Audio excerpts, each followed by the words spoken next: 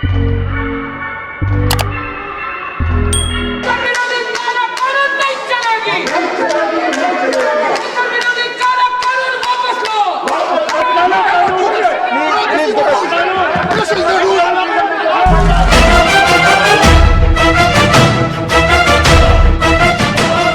Everyone, एक बार फिर से स्वागत है हमारे farmers tech channel your vision our future में। We are back with the new video of farmers tech. आज हम बहुत ही इंटरेस्टिंग मुद्दा जो हाल ही में चल रहा है, फार्मर्स देश भर में प्रोटेस्ट कर रहे हैं क्योंकि उनके हिसाब से गवर्नमेंट न्यू अमेंडमेंट्स के थ्रू एग्रीकल्चर सेक्टर में जो रिफॉर्म्स ला रही हैं वो फार्मर्स के अगेंस्ट है। आखिर इसके पीछे की वजह क्या है और वो 3 लॉस क्या है, फार्मर्स ये लॉस उनके अगेंस्ट क्यों समझ रहे हैं, इसके बारे में हम आगे बात करेंगे दोस्तों।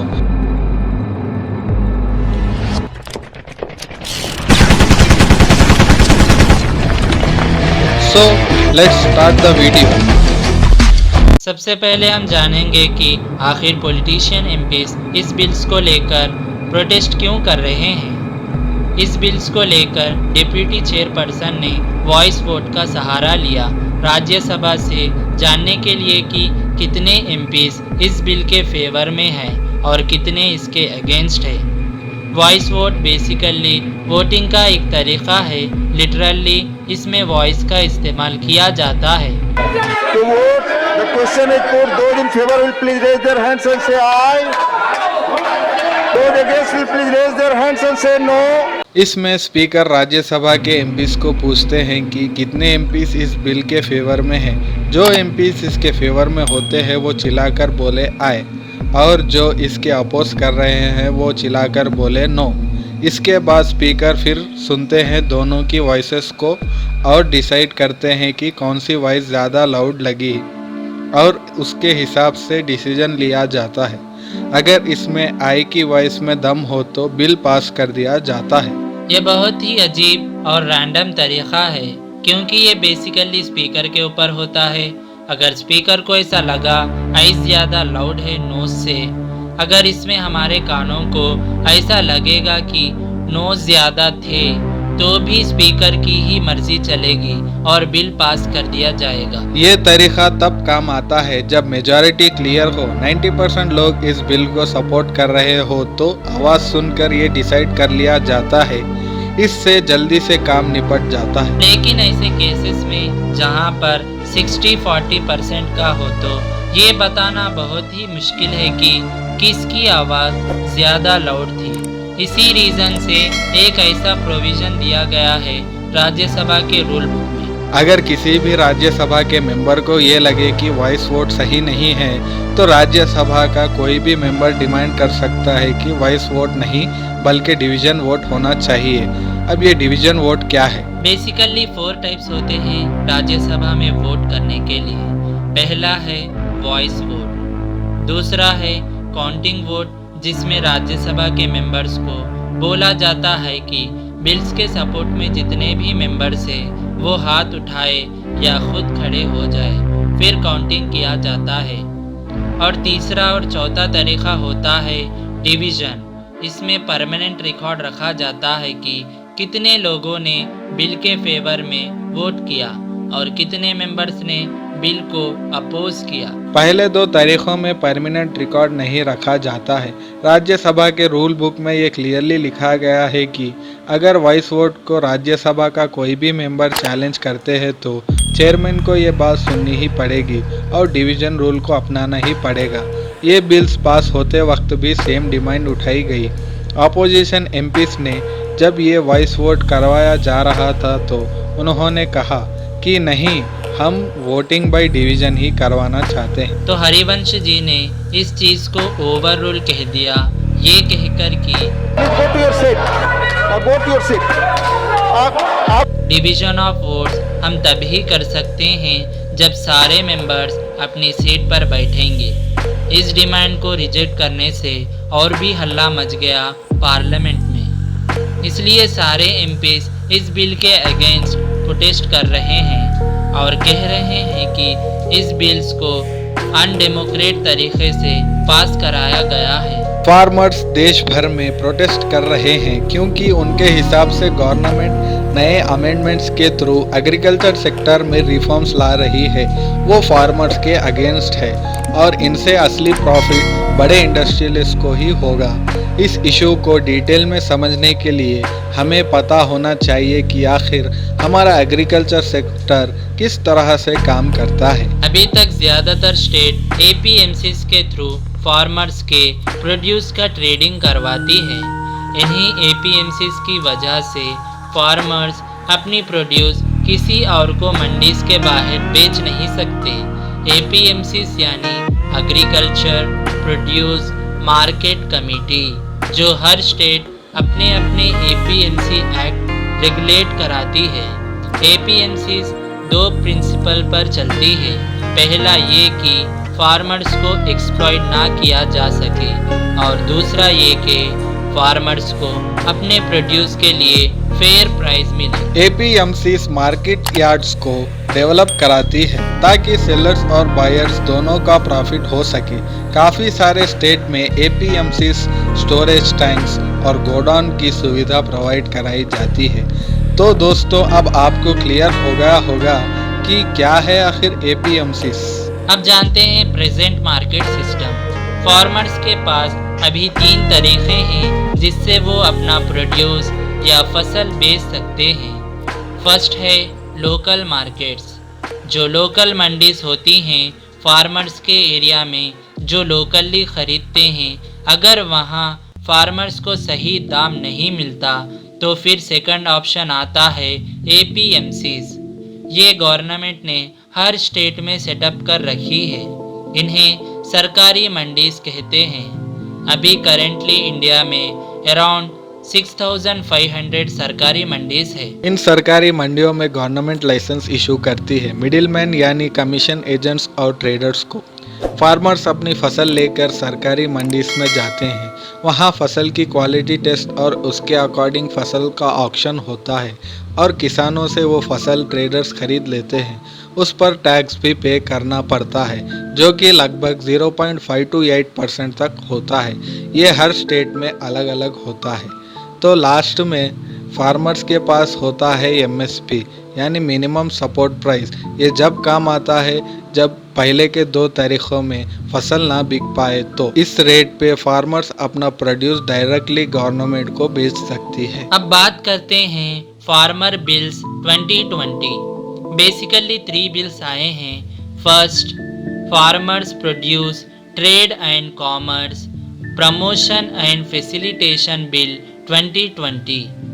सेकंड है farmers empowerment and protection agreement of price assurance and farm services bill 2020। तीसरा है एसेंशियल कमोडिटीज अमेंडमेंट बिल 2020। अब एक एक करके इनके बारे में बात कर लेते हैं। Farmers produce trade and commerce promotion and facilitation bill 2020। APMCs में लिमिटेशन है कि उसमें रिटेलर्स और होलसेलर्स डायरेक्टली जाके फार्मर्स से परचेज नहीं कर सकते थे। APMCs यानी सरकारी मंडीज में ट्रेडर्स को फार्मर्स से परचेज करने का राइट है। प्रोड्यूस रिटेलर्स और होलसेलर्स को इन मिडिलमैन ट्रेडर्स से खरीदना पड़ता था। मिडिलमैन होने की वजह से फार्मर्स जिस रेट पर अपना प्रोड्यूस सेल करते हैं और कंज्यूमर यानी हम जिस रेट में परचेस करते हैं उसमें इतना डिफरेंस आ जाता है कि अगर एग्जांपल दे तो जो ऑनियन आपको 100 रुपीज़ पर केजी बिकता है उस टाइम पर भी फार्मर्स को ऑनियन 10 रुपीज़ पर केजी ही मिल पाता है। यानी कि मैक्सिमम प्रॉफिट बीच में मिडिलमैन ही खा जाता है। तो इस बिल के अकॉर्डिंग APMC के साथ साथ एक प्राइवेट मार्केट सेटअप करने की आज़ादी होगी जिसमें गवर्नमेंट का कोई कंट्रोल नहीं होगा, जिससे फार्मर्स डायरेक्टली रिटेलर्स और होलसेलर्स को बेच सकते हैं। इससे फार्मर्स को अपने प्रोड्यूस में हाई प्राइसेस मिलने के चांसेस है। Second bill, farmers empowerment and protection agreement of price assurance and farm services bill 2020। ये बिल है बेसिकली कॉन्ट्रैक्ट फार्मिंग पे, जिस पे अब फार्मर्स बायर से एग्रीमेंट साइन करा सकते हैं। फसल उगने के 5-6 महीने पहले ही फसल का रेट डिसाइड हो जाएगा। और लास्ट बिल है essential commodities amendment bill 2020। Essential commodities bill आया था 1955 में, जिसके ज़रिए कोई भी इसमें मेंशन आइटम का स्टोरेज एक लिमिटेड अमाउंट से ज़्यादा नहीं रख सकता। इससे होर्डिंग वगैरह की दिक्कत को रोका जा सकता है।